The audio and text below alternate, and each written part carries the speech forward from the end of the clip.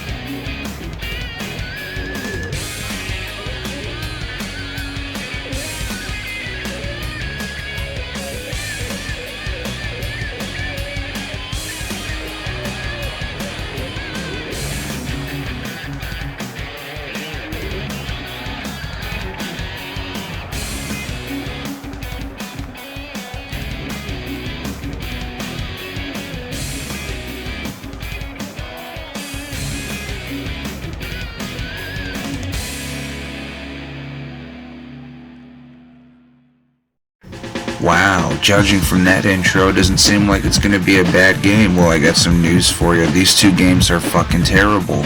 So you traverse through the menu, and here you are picking your fighter. There's not a lot to choose from, but believe me when I say that none of them are different, okay? When you play this game, every fighter controls the same, and every fight feels the same. There is just nothing about it that stands out. You start the game and this guy, the Jackal, teaches you how to play the game, and all he does is show you how to do the rocket blast, which is just like an exaggerated uppercut. So when you first are thrown in to your first match, this is the only move that you are aware of. Okay, I'm not a stupid ass. Like when I was younger, I was in competitions and shit for Tekken and Soul Calibur. I am not a stupid ass, but when you give me the controls for the combinations and all you give me is the button R1, of course I'm going to go into the match trying each face button. And the ones that are intuitive to punching, because it's a fucking boxing game, so you think square and triangle, you think those will do something, and they don't. They do nothing. So you're in there like a fucking idiot just mashing buttons until you stand there like a doofus like, okay boss, did I do good? Did I really do good? Did I swarm them? The way your character stands afterwards, I have a problem with. I have a problem with it. I hate how this game is set up.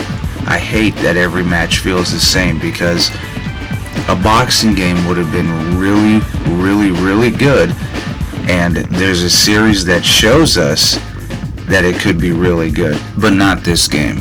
You know how you win Contender, You stand in the ring and you mash circle, because eventually their guard is going to break, and eventually you'll just knock them out. And doing standard punches does an extremely exorbitant amount of damage. And you can just stand there and mash circle and win matches. There was no thought to it. Gone is the technical aspect of a fighting game. Gone is what makes anything about it fun, because it's not. Let me just read you this excerpt from a review it got when it released. From the uninspired graphics to the sloppy and ill-thought-out gameplay, there was nothing in Contender that stands out as being particularly good, and quite a bit that is actually painful to experience. Sony should be ashamed of inflicting this abomination on the gaming public, and you know what? I agree. This game sucks. There is nothing about it that's good. I hated it. I hated playing this game. I stopped playing games for a bit and was gambling Pokemon cards and marbles to pass the time, because I was so angry with myself for feeling like such a jackass playing this game. Ladies and gentlemen, boys and girls, let's get ready to rumble! And then, that very next year, or even later that year, honestly, we got one of the funnest boxing games we've had to date, which is Ready to Rumble Boxing. Now, it is more arcade style, however, Contender was trying to do the same thing. While not giving you the most realistic experience, just giving you something that would be fun to pick up and play, they did it wrong. They did it very wrong. And there's a reason why I'm showing you this, because this game right here influenced the sequel. Just let me enjoy this for a second, okay? Let me just play this for a sec. Okay, I'll speed it up. Don't worry, I'll speed it up.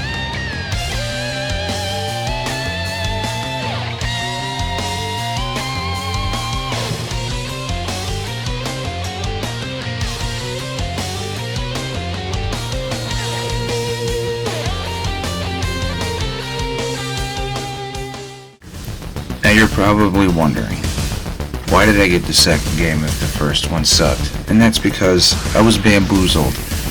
I had no idea until it was too late, and my fate was already sealed. What had happened was, I was at a friend's house, we were playing Ready to Rumble, and I didn't ask the name of the game. He just said Contender, and they had released a second game, and I'm like, no way. And back then, we were dumb fuck kids, and dumb fuck kids lost the original jewel case, so I didn't think nothing of it. I thought, well, maybe the second game is just a lot better. But no, it's more of, what the fuck is this? What the fuck is that? What the fuck is this? I felt confusion and delusion on this CD. I felt stupid, as if I fell for somebody's sick joke. It's a minor upgrade to the original, but that's not saying much. If you sat there with a pile of rocks or an Etch-a-Sketch, that's an upgrade to the first fucking game. This game doesn't offer much of an upgrade, you know what I mean? Okay, so each character has one combo, and for a fighting game that you want to market as super arcadey and then rip the style of Ready to Rumble in your sequel, you need to have more combinations.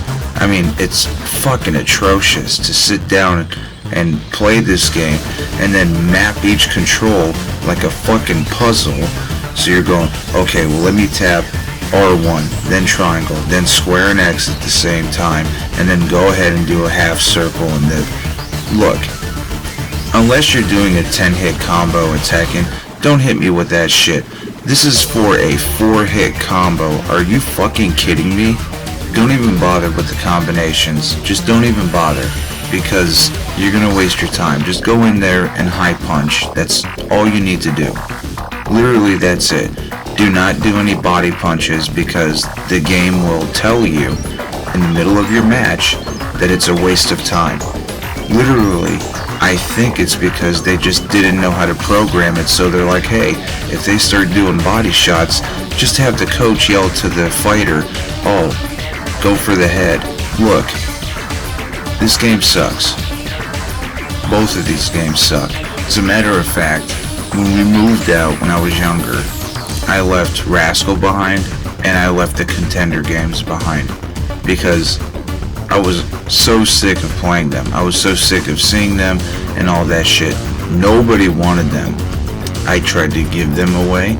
I tried to, when I was in my little pit of marbles and Pokemon cards, I'm like, look, let's put up games, and I put those games up, and you know, they all just scurried away.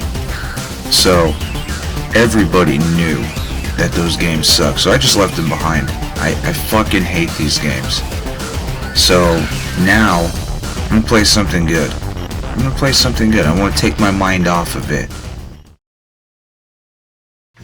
So literally after playing a couple hours of those shitty games, it's nice to unwind and play Crash Team Racing. Yes, I know, I'm doing this in post-edit, however, that is how it broke down. I ended up playing Contender, getting the footage I needed, and then going into Crash Team Racing because that game is a very, very, very nostalgic and happy spot for me. So, yeah, everybody, I hope you all enjoyed. And I have a new review coming up. I just have to get more footage on it and edit the video. And I want to do more videos like this where it's more of like the classic gaming, and I end up just taking a nostalgic take on it. Games that I have more of an introspective take. I want to do more stuff, so I've been trying to work on that, work on ideas, and make good videos, you know. I don't know how well the audio is going to be on my voice in this. I'm using a different video editing software, and I feel like when I listen back to it, it sounds kind of crunchy. I don't know how to really put it into words, but go ahead and comment down below if you have a game that you didn't like when you were younger, or that you can't stand, and I'll do a video on it. Yeah, that's right. I'll be mad for you. I'll be your voice. So yeah, let me know if you enjoyed this video, and yeah, I'll see you in the next one. Thank you all for watching. I appreciate you all, and 1K gang. Let's go.